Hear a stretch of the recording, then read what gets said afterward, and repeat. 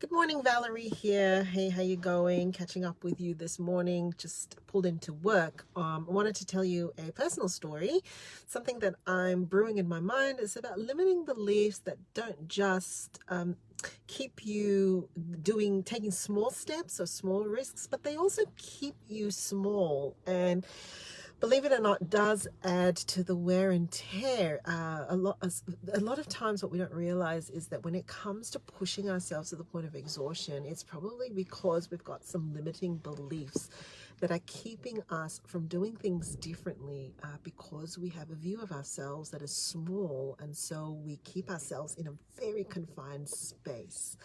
A couple of years ago, we had my husband had a car accident that was actually pretty bad. It was sobering.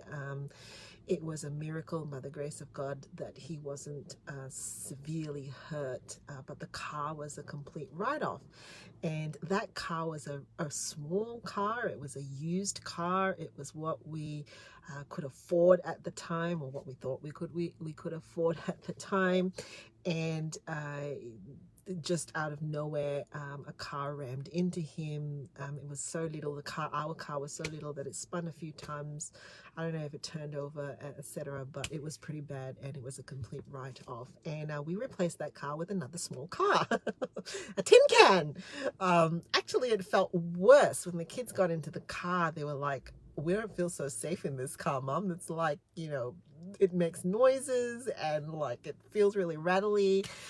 And the funny thing is, that car actually got discontinued not too long after we bought it. So at the back of my mind was, good morning, Jason, was a feeling that I don't ever want to see my family in a car that I don't feel safe in, because, it was a miracle that my husband survived that accident, and I just couldn't put them in another car like that. But we bought this car, probably through a series of limiting beliefs. Again, we not only do small, we think small.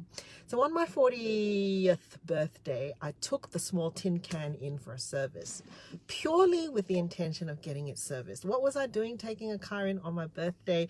Maybe that's a limiting belief as well. So took the car in, and I've been doing a lot of thinking prior to this about the car of my choice, Hyundai i30. I do really like Hyundai i30s. I've been doing research. I've been thinking about it. I've been looking at the shape. I've been looking at the features that had come out. We don't tend to buy new cars. We only ever buy second-hand cars. But this particular model that came out brand new had quite a lot of features that I thought, this is a safe car.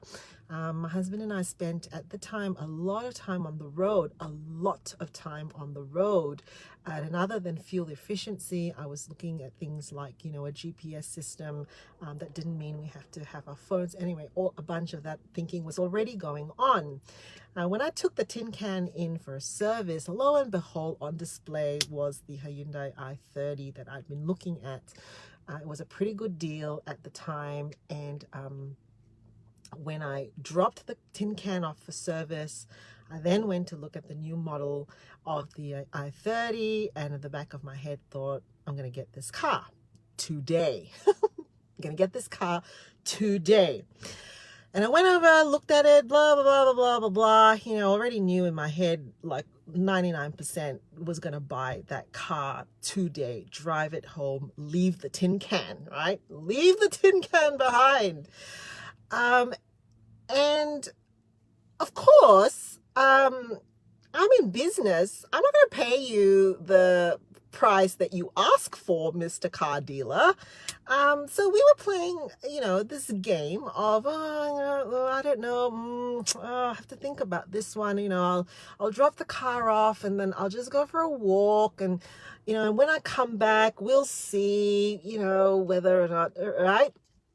So I'm doing this. And then the car salesman says to me, "Oh, do you need to go home and ask your husband about this?" I'm no feminist, but I just thought that's a bit weird. Why would I need to do that? I could give him a call if I really wanted to. I could give him a call. And I realized that at that moment, I started to doubt myself. I thought, oh, maybe this is a really dumb idea. Maybe I don't know anything about cars. Maybe I should, actually really get Josh down to look under the hood, who probably knows about as much as I do because I like gadgets. I spend a lot of time reading about specifications and technicalities in things that I'm interested in. And I read a lot about this car. And I almost walked away. And you know what? I know that if I had walked away and gone home, I would have lived in that limiting belief of saying, what are you doing? Like, why are you buying this car? Just forget it already.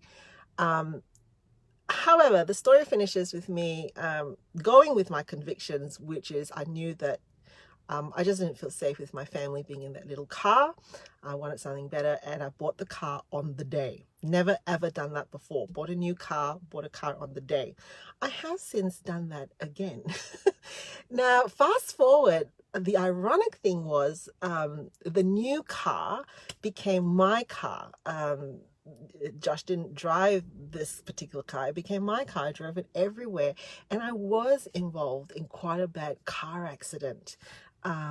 Quite a bad car accident about 2 years after buying the car. And by the grace of God, I was not hurt. That accident was like really bizarre. It was like I was in slow motion, and I think God gave me the ability to make a bunch of decisions that protected the other driver's life and protected my life as well. It was like the accident was happening in slow motion, and I could make these decisions of how I was going to steer and how I was going to position the car so that the impact was not on me. It missed me, right? It went there. And when it was taken to the shop, to be repaired and things like that, there was like all this stuff of, oh my gosh, what happened to this car? It's probably going to be a write-off, blah, blah, blah, blah, blah, blah, blah. But, I think because it was a new car, because it is a pretty sturdy car, because of a bunch of things, I don't think the tin can would have survived. I don't know if I probably would have spun around a few times and flipped over as well.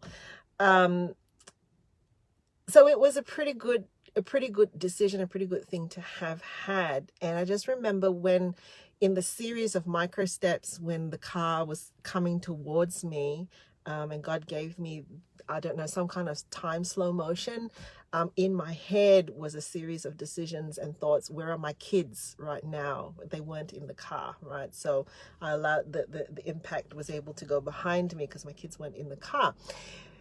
But, limiting beliefs, who's to know how the stories actually unfold? If we listen to other people's voices, if we look at ourselves in the way that other people look at us, if we don't listen to our core convictions, if we don't listen to, if we don't attend to the series of whys and what's important to us, if we just keep ourselves in a small box because we embrace what other people think of us, then we also don't fulfill the flow on or the consequences of who we are, right? So what I mean is that in buying that car, it was flowing on from a natural conviction of I just didn't want to see my family in a tin can.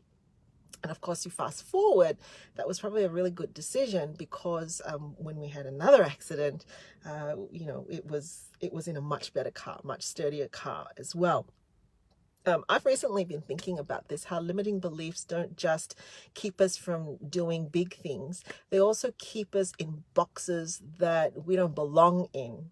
One of the more common ones that I hear is the belief that you are boring, or the belief that you're dumb, or the belief that you're no risk taker, or the belief that you're not strong. These are all limiting beliefs that we have of ourselves because that's how other people have chosen to view us, probably because they have limiting beliefs of themselves. People who tell you that they're boring probably believe that they're boring, and so they're going to keep you in a box so that they feel good. Or people who tell you that you're not clever enough probably have that belief for themselves, and so they've got to keep you in that box so that they can be the cleverer one in the room, right? Something to think about. What limiting beliefs might you have that are keeping you in a box, and you spend all that time trying to conserve your energy and your oxygen to stay in that box, and it's actually doing a burn and churn of yourself? I wonder what those might be for you. Have a good morning.